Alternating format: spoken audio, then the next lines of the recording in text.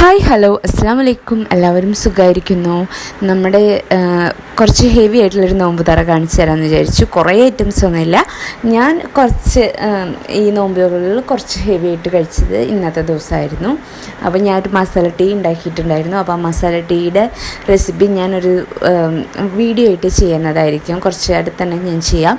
പിന്നെ ഞാൻ ഒരു ഗ്ലാസ് വെള്ളം അതുപോലെ തന്നെ ഈത്തപ്പഴം വെച്ചിട്ടാണ് നോമ്പ് തുറന്നത്. പിന്നെ നമുക്കൊരു പപ്സ് ഉണ്ടായിരുന്നു. എഗ് പപ്സ് ആയിരുന്നു. നല്ല ടേസ്റ്റ് ഉണ്ടായിരുന്നു. എഗ് പപ്സ് കഴിച്ചു. അതുപോലെ തന്നെ ചിക്കനും അതുപോലെ 2 ചപ്പാത്തിയും ആണ് ഇന്ന് ഞാൻ കഴിച്ചത്. പിന്നെ നമ്മൾ വെള്ളം കുടിച്ചു. പിന്നെ ബീട്രൂട്ട് വറവുണ്ടായിരുന്നു കേട്ടോ. അപ്പോൾ ഇത്രയാണ് ഇന്നത്തെ എൻ്റെ നോമ്പ് തുറയുടെ സംഭവങ്ങൾ.